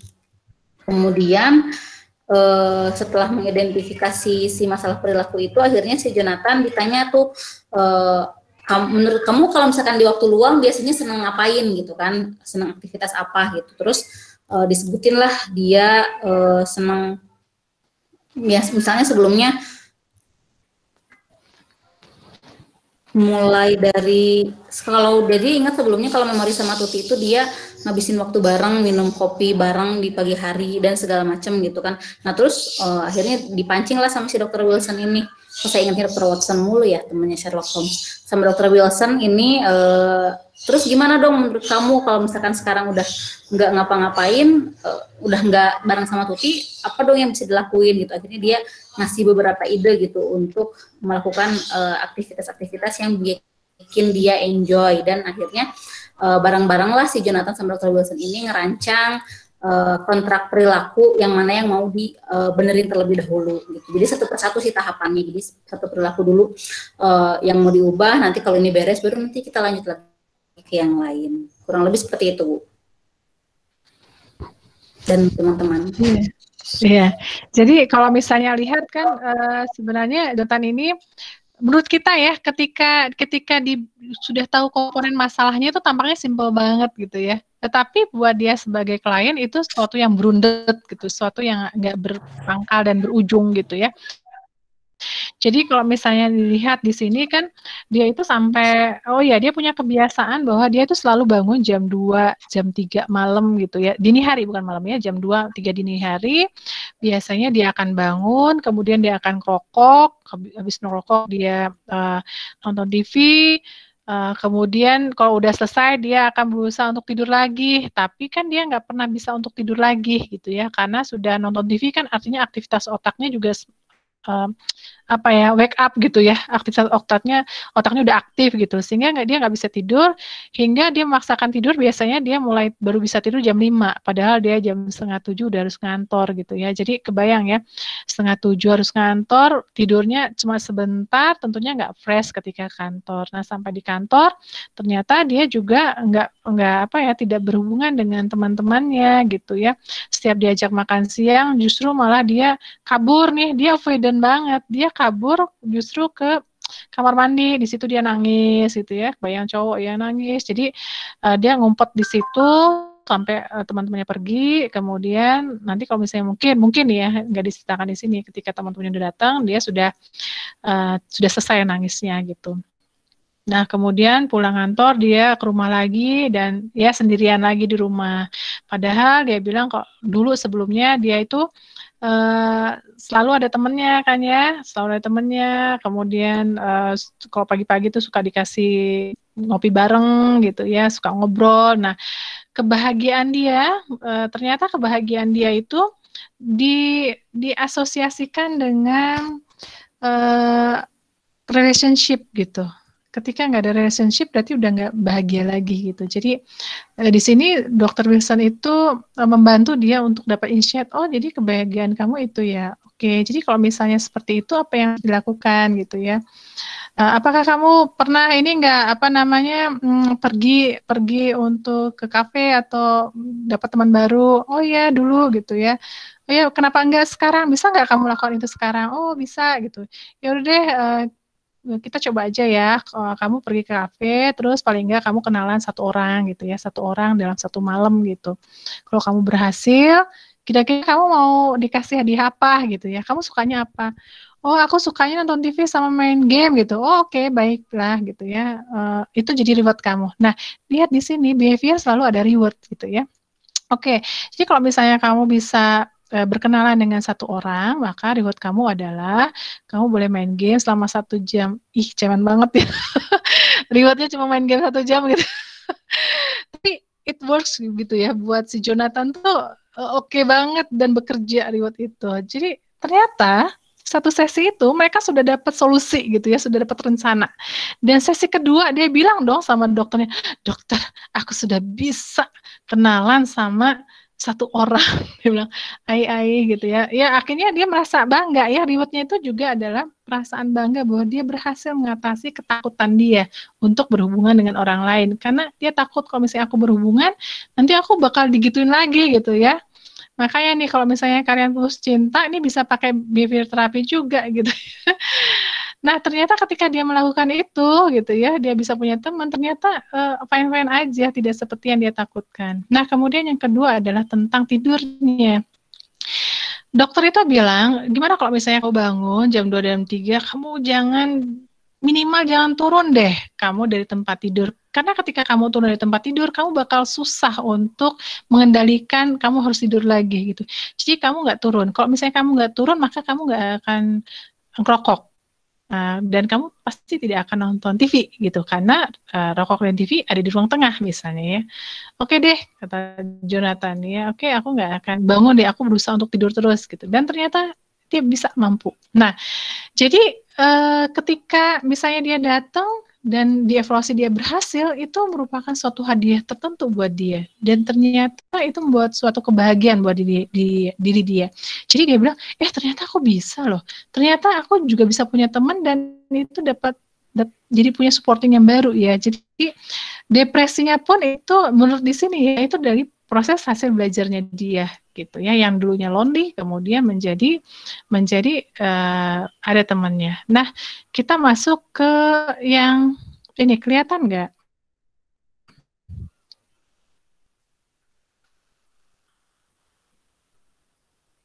Kelihatan nggak? Kelihatan Bu. Oke, Bu Aziza, mangga silahkan. Kan Bu Aziza yang paling oke. Saya mah malu kalau misalnya saya yang mentranslate, ya malu sama Bu Aziza sih sebenarnya. Oke, mangga Bu. Oh, sama saudara nggak malu. Iya Bu, makasih. Ya, mangga. Tapi tadi pun ada ralat sedikit, memang bukan patah hati sama Tuti, ternyata Tuti sama Darren itu temannya ya Bu ya. Jadi kehilangan koneksi dengan Tuti sama Darren gitu. Intinya sih gitu. Cuma memang bisa dikaitkan mau putus cinta atau putus sama teman-teman juga bisa pakai behavior terapi untuk membantu mengobati. Ya, tadi tahapannya yang mulai dari awal sih di assessment sama formulasi kan memang untuk mendiagnosa awal itu kan kita dengerin dulu masalah dari yang dikeluhkan oleh si Jonathan ini, dan yang jadi fokus Jonathan adalah yang pertama itu adalah kehilangan hubungan dengan Tuti sama Darren, kemudian akhirnya dia jadi menarik diri juga gitu dari hal-hal yang menyenangkannya, karena tiap melakukan hal-hal sehari-hari biasanya sama mereka, ini enggak sama mereka, jadi rasanya enggak nyaman gitu kan. Dan kemudian akhirnya si Dr. Wilson ini menyimpulkan ada beberapa masalah perilaku, mulai dari yang masalah behavior defisitnya itu kegiatan atau aktivitas kerjanya menurun, kemudian jadi nggak peduli sama diri sendiri, sama bermasalah di interaksi sosial. Itu di defisitnya, jadi dia kurang interaksi sosial, terus kurang merhatiin diri, sama kurang kegiatan saat bekerja. Kemudian kalau behavior excess-nya juga ada tuh ruminating sama crying over loss, jadi sering mengerang, bukan mengeluh, merana jadi menangis gitu ya, terus meratapi, jadi meratapi sama menangisi dirinya gitu kan, betapa dia kehilangan sosok-sosok yang biasanya menemani dia saat menjalani kehidupan sehari-hari. Kemudian si inappropriate stimulus controlnya juga ada, dia melakukan perilaku yang tidak pada tempatnya, which is nangis pas kerja. Masa orang lagi kerja ojol-ojol depan komputer ojol nangis begitu ya, itu kan inappropriate gitu. Nah jadi ketiga indikator masalah perilaku ada semua tuh, behavior deficit ada, excess ada, dan inappropriate stimulus control juga ada. Kemudian ada juga escape and avoidance of aversive situation, itu situasi yang mengingatkan Jonathan terhadap kehilangan dia sama teman-temannya, kemudian akhirnya respon emosinya muncul gitu kan, jadinya reaksi emosinya muncul. Kalau misalkan di bagian selanjutnya itu kan bagian asesmennya. Nah, di bagian selanjutnya adalah therapeutic relationship, di mana ada dua pihak. Yang pertama Dr. Wilson sebagai konsultan atau sebagai yang ahli di bidang manajemen perilaku, dan juga bisa jadi sumber inspirasi untuk menimbulkan reinforcement positif gitu kan, atau penguat positif. Dan Jonathan itu sebagai klien gitu ya, yang berkonsultasi pada Dr. Wilson gitu. Kemudian akhirnya setelah diidentifikasi tadi masalah-masalah tersebut, akhirnya masuk ke bagian ketiga, yakni menyusun kontrak dan menentukan tujuan atau target perilakunya, sama merancang treatment plan-nya gitu. Gimana? Yang pertama jadi fokusnya adalah mengubah perilaku maladaptif menjadi adaptif ya. Kemudian yang mau dijadikan target itu adalah yang pertama, yang behavior deficit terlebih dahulu, karena dia rasa itu yang paling bisa dijalankan dan paling mungkin untuk dilakukan untuk sekarang gitu, karena targetnya adalah meningkatkan aktivitas kerja, kemudian mulai lagi merhatiin diri lagi, dan meningkatkan interaksi sosialnya gitu ya. Dan itu tuh target yang pertama gitu kan. Kemudian yang keduanya itu adalah perilaku-perilaku yang cenderung depresif gitu kan, kayak menarik diri sama kurang tidur. Itu pun sebenarnya saling berkaitan satu sama lain gitu ya. Dan juga nangis, meratapi, sama tidur, dan pola tidur sama pola makannya jadi terganggu pun itu juga jadi fokus yang dibahas sama Dr. Wilson. Ketiga hal ini, dan ada tambah lagi, oh ya udah, itu cuma 3 itu ya. 3 itu yang tadi behavioral deficit excess sama inappropriate stimulus control, 3-tiganya itu dibantu sama Dr. Wilson supaya si Jonathan tuh ngidentifikasi. Jadi bukan sekedar di awal mah Jonathan aku depresi katanya gitu, padahal ternyata yang masalah itu bisa di jot down jadi beberapa indikator perilaku gitu kan, jadi beberapa masalah perilaku. Jadinya Jonathan mulai paham tuh, oh ternyata masalah saya itu terletak pada itu gitu. Dan jadi instead of fokus sama kesedihan dia ditinggalin sama Tuti dan Darren, tapi dia malah fokus sama hal-hal apa yang bisa dia lakukan untuk meningkatkan lagi performa dirinya gitu dalam hal aktivitas ataupun perilaku sehari-hari gitu. Dan kemudian akhirnya teknik-teknik yang bisa dilakukan untuk mengatasi masalah-masalah tersebut bisa dari pertama itu adalah contingency management, which is self management gitu ya. Jadi sebenarnya Jonathan sendiri yang mengontrol targetnya mau seperti apa dan mau bagaimana melakukannya untuk meningkatkan aktivitas kerja, meningkatkan interaksi sosial, terus mulai merhatiin diri, sama mulai melakukan exercise fisik gitu kan, kayak olahraga kayak gitu. Kemudian itu untuk di area kerja, sosial, sama kegiatan sehari-hari, khususnya kegiatan fisik ya.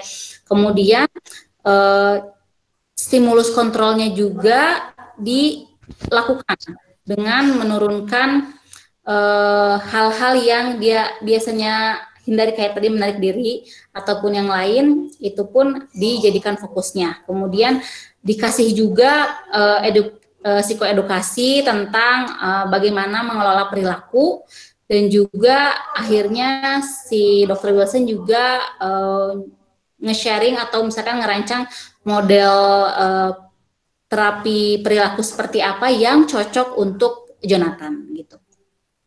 Prosesnya, tahapannya mulai dari antecedennya apa.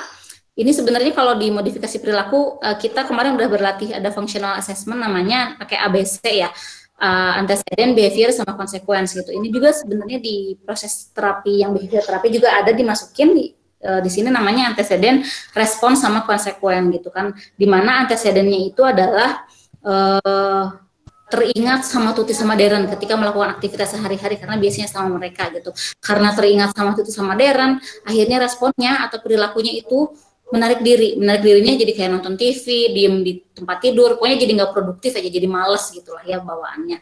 Nah, konsekuensinya akhirnya jadi merasakan emosi negatif gitu kan.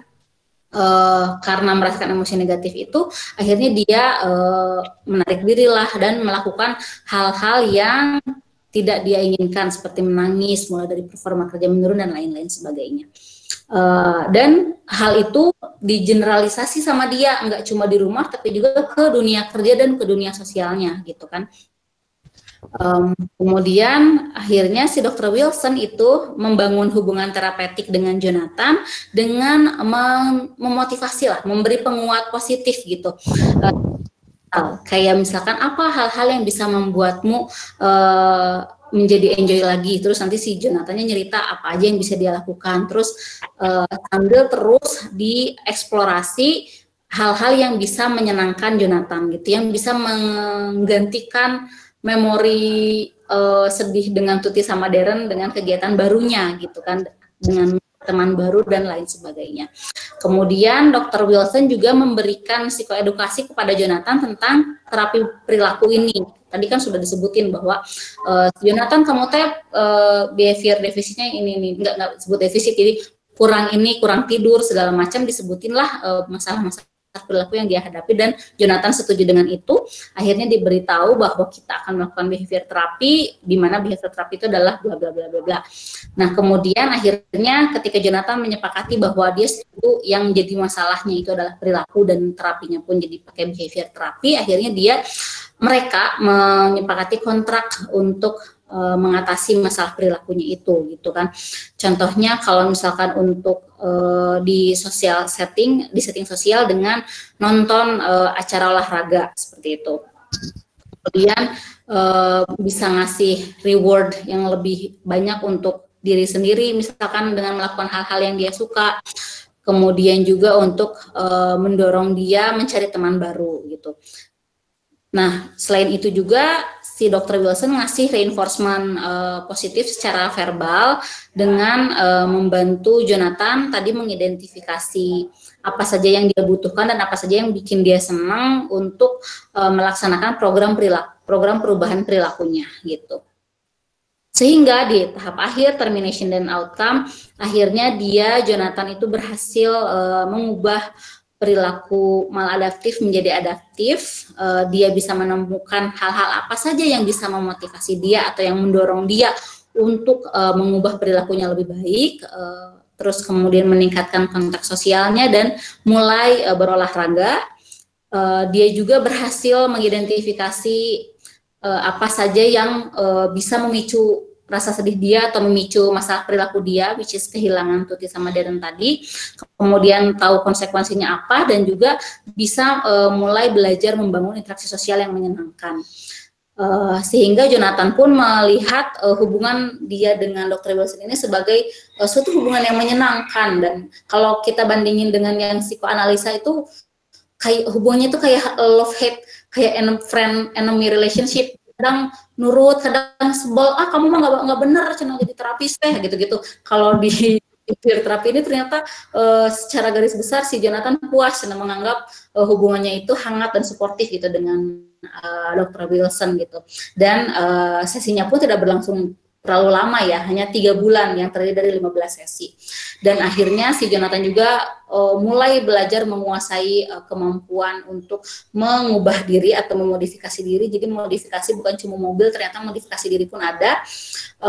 Juga dia bisa meningkatkan atau mengubah perilakunya lebih baik gitu kan. Dan itu cara melihatnya tadi ya, mulai dari baseline-nya diukur, misalkan baseline-nya itu seperti apa, kurang, dan kemudian nanti dikasih treatment, dan di akhirnya itu apakah benar-benar meningkat atau tidak dengan menghitung, bisa dengan menghitung frekuensi kalau untuk olahraga, kemudian kalau untuk nambah teman dihitung jumlah teman yang barunya berapa, misalkan seperti itu. Jadi tergantung perilaku masing-masing itu pengukurannya atau yang dihitungnya berbeda-beda gitu. Dan akhirnya perilaku positifnya meningkat, mulai dari interaksi sosialnya dan kayak mulai nelpon sama yang lain, dan kehidupan pekerjaannya juga membaik lagi dan lain sebagainya. Sehingga perilaku-perilaku yang menurut dia depresif itu berkurang. The end. Iya. Oke. Oke, jadi seperti ini ya untuk behavior terapi kalian bisa melihat runtutan ya, polanya seperti apa, treatment plan-nya seperti apa dari assessment sampai yang terakhir adalah apa nih? Terminasi ya. Dari assessment sampai terminasi, iya. Jadi inilah gambarannya dan kalian bisa merasakan perbedaannya dengan psikoanalisa. Jadi kebayang ya dari proses percakapan antara Dr. William dan Jonathan. Nah, nanti di kedepannya kita juga akan melihat perbedaannya ketika kita masuk ke humanistik nanti ya. Di situ juga ada percakapannya. Jadi lebih kebayang ya dibandingkan cuma misalnya tidak ada percakapan ini. Nah, ini kurang lebih untuk apa namanya hari ini behavior terapi. Mungkin nanti kalian bisa baca kembali. Saya selalu menekankan baca bukunya karena yang sudah diupload sama Bu Azizah ya. Karena bagaimanapun kalian bisa lebih paham ketika kalian baca ya. Nah, kalau misalnya tadi ada yang tidak paham terhadap bahasa Inggris, mungkin kalian bisa diskusi sama teman kalian yang lebih paham. Ya, kayak misalnya saya nih ya, barusan kan, saya nggak akan mengambil alih ketika itu sudah ada bahasa Inggrisnya, mending kasih Bu Aziza aja, gitu ya. Walaupun sebenarnya saya paham sih ya, cuma nggak pede aja. Saya nggak pede untuk berhadapan dengan Bu Aziza. Untuk bahasa Inggris, dan saya pikir semua orang juga seperti itu ya, ada kelebihan dan ada kekurangannya. Nah, mungkin sebelum ditutup, kalau misalnya ada forum diskusi, mungkin langsung aja per WA group aja ya, kalian bisa bertanya di WA group, untuk kelasnya Bu Aziza bisa ke WA grupnya Bu Aziza, untuk ke saya juga bisa ke WA grupnya saya. Begitu saja Bu Aziza tampaknya? Iya Bu, baik. Ya. Oke, sebentar, saya yang lihat wajah kalian. Nah, kalau misalnya kuliah, kemudian saya buka wajah, terus kalian nggak buka wajah, itu sesuatu banget. Saya merasakan bahwa kalian mungkin sedang ada di rumah makan mana. Coba dong, sebelum kita tutup, dibuka dulu semuanya.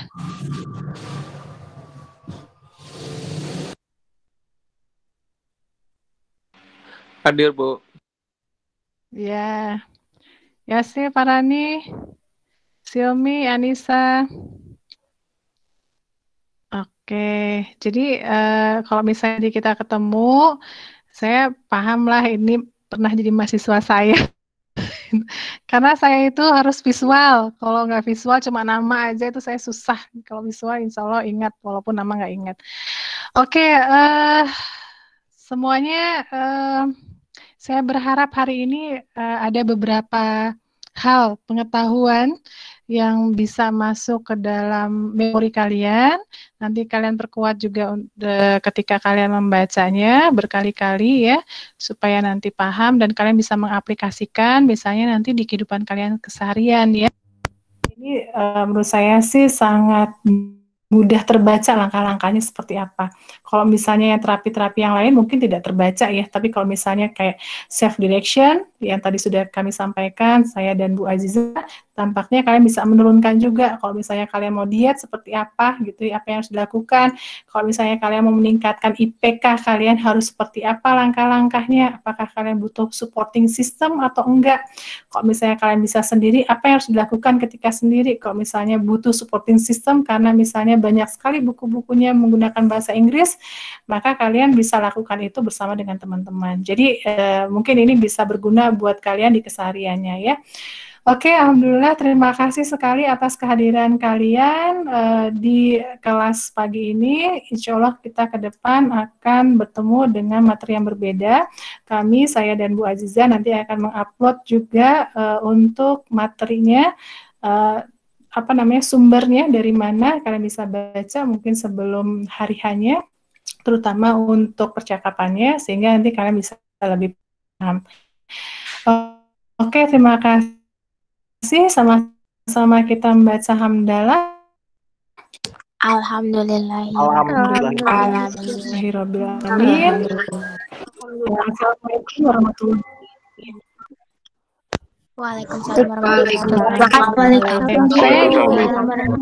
Terima kasih banyak, Ibu. Terima kasih banyak. Ya, Terima kasih. izin les ya. Iya, Bu. Makasih Bu. Ibu.